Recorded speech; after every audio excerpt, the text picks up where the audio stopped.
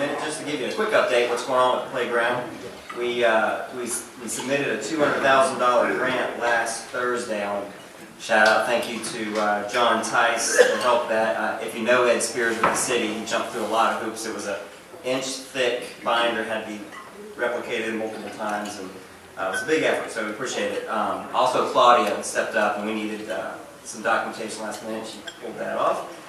The leadership structure for the whole committee is near complete, but a lot of work's going on and getting ramped up there. And then, as he mentioned, the district conference just happens to be right next to where we're putting our playground, so it's an excellent opportunity for us to map out where the playground will be, and we'll be there to help answer questions and invite Rotarians to help participate over the next year as we celebrate our 100th anniversary. So it's exciting, and it'll start building up momentum soon.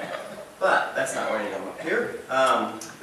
Leadership Pensacola, I bet if we had a show of hands, it would affect a lot of the people in this club. It actually was a major turning point for my own career, having gone through that, I believe, 03, 04 time frame.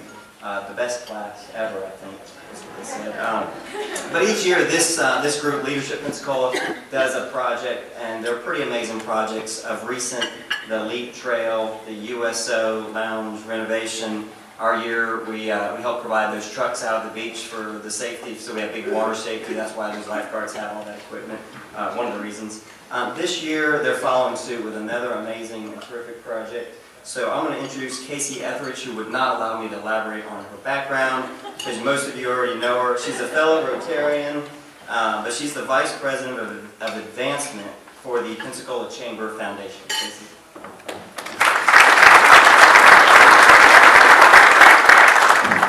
Thank you for stealing half of my remarks. I'm Casey Etheredge. I am the Vice President of Advancement for the Pensacola Chamber Foundation. The Chamber's foundation is the 501c3 nonprofit arm of the Chamber. Our mission is to drive economic prosperity and enhance the quality of life in the greater Pensacola area by taking long-term strategic approaches to regional growth and community building. And one of the programs that the foundation oversees on the community building side of things is Leadership Pensacola. LEAP was started in 1982 with the goal of continuously renewing the pool of available community leaders that are up and coming through the Pensacola area. As John said, probably a lot of people in the room have been touched by the LEAP program. So if you are either a LEAP graduate or if your company regularly sponsors someone through the LEAP program, can you raise your hand? More than half the room. That's great. So for those of you that are not familiar, Leadership Pensacola is a wonderful, it's a 10-month-long program to educate the participants on all aspects of the community. They do days that focus on things like community overview, where they take a look at the structure of Pensacola and the nonprofits that support our community. They have a quality of life day where they learn more about what makes Pensacola unique and why people love to live here. We recently took the class out to NAS Pensacola, and they got to see some behind-the-scenes looks into a lot of the commands that are out on the base. They got to do a lot of neat things, go out on the flight line and climb in some of the training planes that they have, see the rescue school demonstrations. And they're given access to a lot of the community leaders to ask them tough questions about how they think the progress in Pensacola is going. So it's a wonderful program. And as John said, one of the great aspects of LEAP each year is that they do select a community project. Last year's project was the LEAP Trail. It's an exercise and activity trail that goes around the airport, and it also had an inclusive playground for developmentally disabled children. In 2012, they renovated the USO centers both at the airport and on board NAS Pensacola. In 2011, they focused on school gardens. They put school gardens in 11 different schools in the Escambia County School District so that children understood that beans and potatoes and other things like that, they don't come out of the can, they come out of the ground, and teach them some healthy eating habits. My class, I was in the class of 2008 with Mark Harden, the best class ever. We brought curbside recycling to Pensacola. It was not a program that our community had, so we were really proud to be a part of that. But enough about that. The real speaker that's here for you today is Hal Dell. He is the class chair, he's the class projects chairman for the class of 2014, and he's going to tell you about the amazing project that they've undertaken.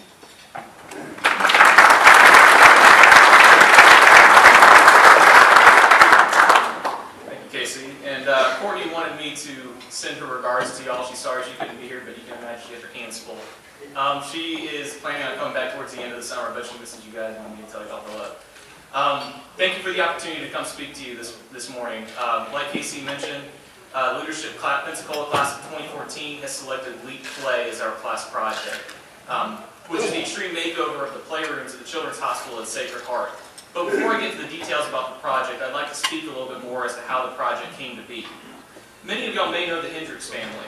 In May of this past year, Jeff and Catherine Hendricks, who are native Pensacolans, were vacationing at Disney World with their children when their 4-year-old daughter Carolyn complained of a stomachache. When they returned to Pensacola and the stomachache persisted, they took Carolyn to the pediatrician suspecting she had appendicitis. Instead, she was diagnosed with sarcoma, which is a rare form of childhood cancer that's found in bone tissue. It's so rare, in fact, that only 250 patients each year are diagnosed in the United States. In their pursuit of treatment for Carolyn, the Hendricks family has visited numerous children's hospitals throughout the Southeast, including Sacred Heart, where Carolyn receives the majority of her treatment. And it was through talking with the Hendricks family and families like theirs that the selections committee came to understand the importance of play in a child's treatment and recovery process, what other playrooms at other children's hospitals have to offer, and the need for the renovation of playrooms at our very own children's hospital. This isn't a project that will affect just a few people. There are only 222 children's hospitals in the country, and we're lucky enough to have one of them in our very own backyard. The Children's Hospital at Sacred Heart is the only children's hospital in Northwest Florida, with the next closest being Shands in Gainesville. It serves 5,000 patients a year from Panama City to the Mississippi state line, and the average stay for those patients is 4 to 7 days, with many of them requiring repeat visits. Another point of interest is that the Children's Hospital, sorry, I got a slide out of whack there. The Children's Hospital will not turn away a patient because of their inability to afford treatment. It's for that reason alone that this Children's Hospital spent $9 million last year in charity care. And in addition to providing health care for all, the hospital is constantly striving on staying on the cutting edge of medical technology. An MRI machine costs $1 million. Something like a hospital bed costs $26,000 or more. And the hospital recently just purchased a mobile pediatric and neonatal medical unit, which allows doctors to treat pediatric patients and new premature babies in the ambulance on the way to the hospital through virtual teleconferencing. And that program has been so successful, the hospital is trying to purchase another. Each of those items costs $575,000. So, all that said, while play is an important part of these child's treatment process, there's so many other expenses that must come before the hospital can spend any money on renovating these playrooms. And it's for that reason alone that the playrooms haven't been renovated in about 20 years. Play is an important part of anyone's childhood, but for a pediatric patient, it provides an important escape for the stress of medical treatment. The Child Life Council issued a report in which they found that a child who engages in therapeutic play with a trained professional exhibits less emotional distress, increased cooperation, and fewer negative physiological responses. And it's important to remember these kids have had their lives turned upside down with a diagnosis. All of a sudden they face years of having to go to the hospital and receive treatment that oftentimes is painful and makes them sick. And when they're there at the hospital, the only place they have to go be kids and have fun are these playrooms. And it's through this project that we hope to provide them a fun, functional, and engaging space to play. This project is a 900,000 square foot renovation of the 3 existing playrooms at the Children's Hospital. Right now, the 2 larger ones are right next to each other and they're tight and cramped. We plan on tearing down the wall between them and providing a removable partition system to allow the rooms to be closed off like they are now, or opened up for larger events like movie nights and pizza parties. The game room will receive new audiovisual equipment as well as gaming systems, including, and it'll also receive an arts and crafts area, and then a reading nook for kids who just prefer to get lost in a book instead. And the playroom, the children's playroom, will feature a stage front and center, flanked on either side by illuminated bubble tube columns. Now, the bubble tube columns were a special request of Carolyn. When she was visiting All Children's Hospital in St. Petersburg, their playroom had a couple of these, and when she found out that our project was renovating the children's playrooms at Sacred Heart, there were special requests, and we wanted to make sure we had those incorporated into the space for her. There will also be a playhouse that will feature a kitchen and a costume wardrobe for another outlet for play for these kids. You know, one of the biggest one of the things that the nursing staff spends the most time on right now is sanitizing these playrooms. They have to be cleaned multiple times a day, which includes the carpet, the existing carpet that they have, all surfaces and all toys. What we plan on doing to help assist them in that is replacing the carpet with a new rubberized flooring system that will not only provide vibrant colors in the space and added cushion for when the kids fall, but it's also a sanitary surface that's easy to clean. We're also going to provide a large form factor dishwasher to allow the nursing staff to clean the toys in the dishwasher, which frees their time up to spend more time with these kids. We've targeted a $126,000 construction budget, which is a little bit hard to see there, but it's up there, I promise. $126,000, and thanks to the generous support of our communities, our community partners, we're well on our way to achieving that goal, but we're not quite there yet. Community sponsors like Caldwell Architects, Green Hut Construction, Moret Construction, Baracco Electric, Webb Electric, Clark Partington Hart, Appleyard Agency, Sacred Heart Foundation, and many, many others have been very generous in supporting this project. But it's not just a construction project. Once we reach that target goal, the hospital has a needs list online that's posted that's 2 pages long. It includes things like books, toys, board games, and recurring needs that the hospital needs on a day-to-day basis. Items like chemo ducks, which I brought a visual aid here. The chemo duck is a stuffed animal with a chemo port in its chest, a bandana, and it comes with a matching bandana for the child. This really is given to every pediatric oncology patient when they start treatment at the hospital, and it really becomes a companion of theirs throughout their treatment process. We want to make sure the hospital has enough of these to last them for years to come. There are also items called legacy dolls, which are a little bit larger than this, but have all the necessary tubes and ports for doctors to demonstrate medical procedures on the doll before performing it on a child, which gives a child a sense of understanding of what's happening to their body and a sense of control over their situation. Once we've reached our fundraising goal for construction, we'll post that needs list online in the form of a gift registry, our website www.LeaPplay.org, and anyone in the community who wants to support the project in the name of a specific gift can simply log online, make a donation in the name of that gift, and Leadership Pensacola will take care of the rest. One of the requirements of this project is that it be conceived and completed in the year ending in May. In order to accomplish this, we've targeted a 2-month construction timeline. However, we've been pushed back a couple of weeks in order to comply with some of the regulations at the hospital, so we're looking at a 6-week construction timeline right now, which is still very doable for this project. But we'll start May 15th and end April 15th. We'll start March 15th and end May 15th. Sorry about that.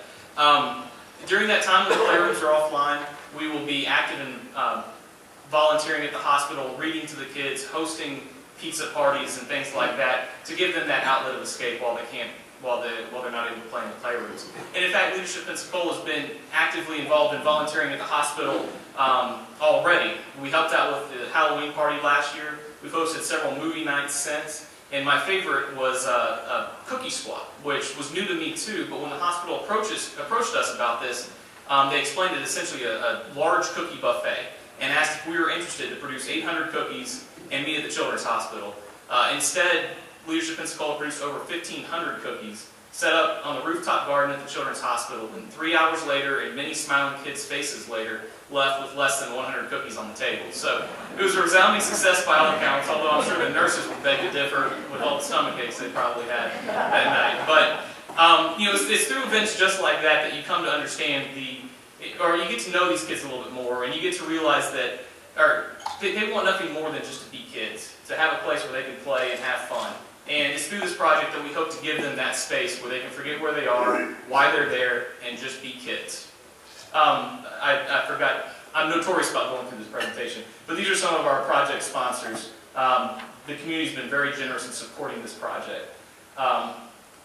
Anyone who's interested in getting involved or supporting this project in any way, please visit our website, www.leaplay.org, where there's more information about the project, as well as testimonials from the nursing staff and patients who use these playrooms on a regular basis. We also have a Twitter account and Facebook page, LeaPplay, that are both updated on a regular basis to keep the latest information about the project out in the community.